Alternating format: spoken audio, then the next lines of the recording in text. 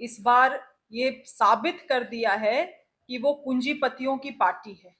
राज्यसभा में विश्व की सबसे बड़ी पार्टी को अपना एक कैंडिडेट नहीं मिला ये राज्यसभा चुनाव के लिए। ये बहुत ही आश्चर्य करने वाली बात है और साथ ही साथ इनको बेनकाब करने वाली भी बात है कि इन लोगों ने ओपनली, भाजपा के लोगों ने ओपनली खरीद फरोख्त को बढ़ावा दिया है। नमस्कार, जोहार। एचएनएन देख रहे हैं आप। क्या केंद्र की भाजपा का झारखंड के भाजपा से तालमेल नहीं बैठ रहा है? क्या राज्यसभा चुनाव में किसे मैदान में उतारना है वो केंद्रीय भाजपा तय कर रही है? झारखंड भाजपा से कुछ पूछा नहीं जा रहा है, सिर्फ मीडिया में चेहरा दिखा रहा है झारखंड भाजपा। देखिए, ये हम नहीं कह रहे हैं, ये विपक्षी दल सवाल उठा रहे हैं। क्या भारतीय जनता पार्टी को, देश को गुजरात से आए दो उद्योगपति गुजराती चला रहे हैं? क्योंकि राज्यसभा चुनाव को लेकर जहां संख्या बल कम है भाजपा का, तो उन पे आरोप लग रहा है कि यहां पर खरीद फरोख्त चल रही है। दूसरी ओर जिस मंत्री ने ये सवाल उठाया है उसने कहा है कि हमारे महागठबंधन में मजबूती है, खासतौर पर अगर कांग्रेस की बात करें। जी हाँ, कांग्रेस की वो नेत्रियां कांग्रेस कोटे से आती हैं जो सत्तारूढ़ पार्टी में काबिज है। मैं बात कर रही हूँ कृषि मंत्री शिल्पी नेहा तिर्की की। जी हाँ, शिल्पी नेहा तिर्की ने तो मीडिया के सामने शुरुआत की थी कृषि मेला को लेकर, जो 16 जून से 18 जून तक चलने वाला है, जिसका उद्घाटन करेंगे सूबे के मुखिया यानी सीएम हेमंत सोरेन। लेकिन वो बात के विषय में जानकारी देते देते वो राज्यसभा चुनाव पर चली गई, जहां पर भारतीय जनता पार्टी पर खरीद फरोख्त का वो इल्जाम लगा रही हैं कि जब उनके पास संख्या बल की कमी है तो वो खरीद फरोख्त पर उतरेंगे, हॉर्स राइडिंग होगी कि किस घोड़े पर लगाएंगे हम दाव कि वो घोड़ा रेस जीत कर आए, उसके लिए मुंह मांगी रकम तक दी जाएगी। इसके साथ में उन्होंने एक बड़ा गंभीर सवाल उठाया है कि झारखंड भाजपा जो है उसका यहाँ पर कोई चलता ही नहीं, कुछ भी नहीं चलता है। जो सब कुछ डिसाइड हो रहा है, जो सब कुछ यहाँ पर हो रहा है, परिमल नथानी का अचानक से आना, वल्लभ का मैदान से हटना, ये सब हो रहा है केंद्र में बैठी भाजपा की वजह से और उनको चलाने वाले दो गुजराती उद्योगपतियों की वजह से।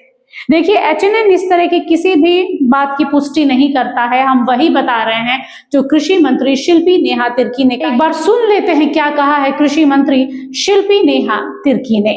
के लोगों ने इस बार ये साबित कर दिया है कि वो पूंजीपतियों की पार्टी है। राज्यसभा में विश्व की सबसे बड़ी पार्टी को अपना एक कैंडिडेट नहीं मिला ये राज्यसभा चुनाव के लिए। ये बहुत ही आश्चर्य करने वाली बात है और साथ ही साथ इनको बेनकाब करने वाली भी बात है कि इन लोगों ने ओपनली, भाजपा के लोगों ने ओपनली खरीद फरोख्त को बढ़ावा दिया है।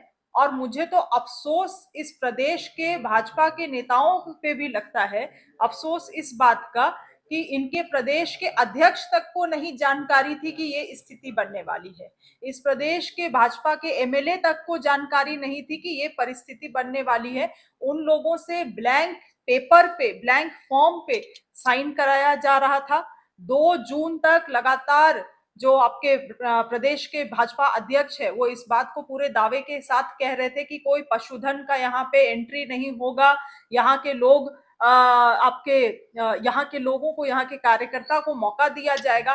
तो अफसोस की स्थिति तो ये है कि आज झारखंड प्रदेश भाजपा को कोई संपर्क करके, उनको कोई कोऑर्डिनेट करके कोई निर्णय नहीं लिया जा रहा है।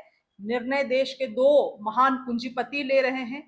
गुजरात में बैठे, गुजरात से जो दो पूंजीपति जिस देश को संचालन कर रहे हैं आज के दिन में, वही निर्णय ले रहे हैं। और उन्हीं का ये चॉइस था कि आज इन लोगों को इंडिपेंडेंटली वैसे व्यक्ति को समर्थन देना पड़ा जो खुलेआम यहाँ पे केवल और केवल खरीद फरोख्त करने के लिए आए हैं।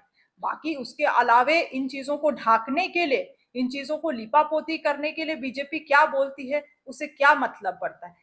राज्य की जनता, देश की जनता नहीं देख रही है क्या कि क्या किया है उन्होंने? और अगर इतना ही हिम्मत था तो यहाँ की प्रदेश कांग्रेस, प्रदेश भाजपा को कंसल्ट करके, यहाँ भाजपा के ही किसी संख्या की इसमें बात नहीं है, बात सीधी है ये खरीद फरोख्त करने के लिए इन लोगों ने विंडो को ओपन रख दिया है।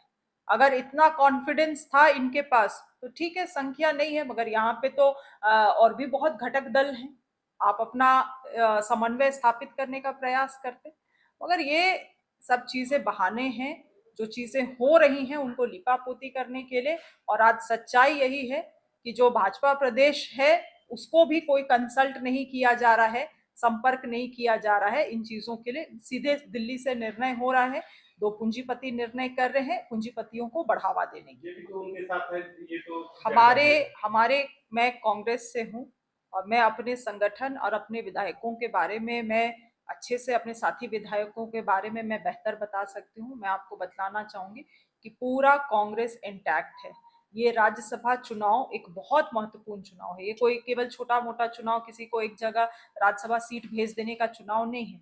ये पूरा गठबंधन का जो मान सम्मान, इज्जत और विशेष रूप से आज जिस तरह से क्षेत्रीय दलों को खात्मा किया जा रहा है, आप लोगों ने देखा होगा कि आज टीएमसी का क्या स्थिति हुआ। ये झारखंड राज्य एकमात्र राज्य है जहां पे इंडिया गठबंधन एक मजबूती के साथ टिकी हुई है। और हम लोग जान रहे हैं, हमें कमजोर करने के लिए प्रत्येक दिन प्रत्येक सेकंड प्रयास किया जा रहा है बीजेपी के द्वारा।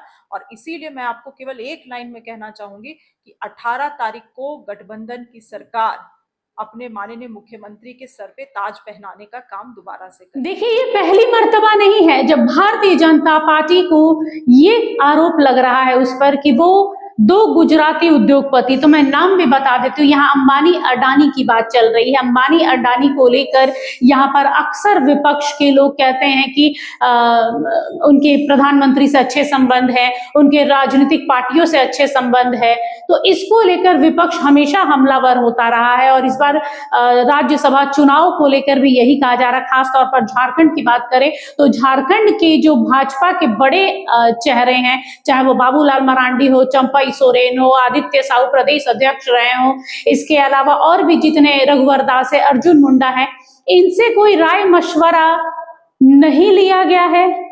सिर्फ केंद्र की भाजपा डिसाइड कर रही है कि कौन मैदान में आएगा और कौन मैदान से जाएगा। क्या ये सच है?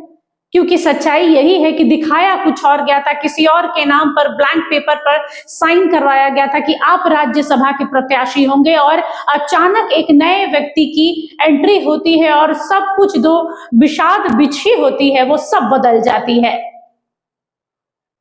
तो इसी वजह से विपक्ष की जो नेत्री हैं शिल्पी नेहा तिर्की, वो सवाल उठा रही हैं कि यहां पर उनके पास संख्या बल नहीं है तो वो किन 4 लोगों को तोड़ने वाले हैं।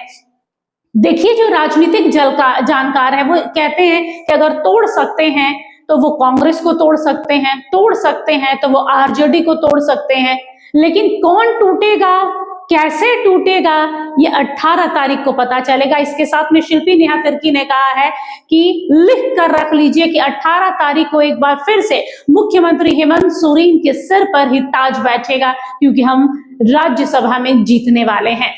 फिलहाल के लिए बस इतना ही। देखते रहिए HNN न्यूज। नमस्कार, जोहार। अगर आपको हमारा ये वीडियो अच्छा लगा तो इसे लाइक करें, शेयर करें और हाँ, सब्सक्राइब करना ना भूलें।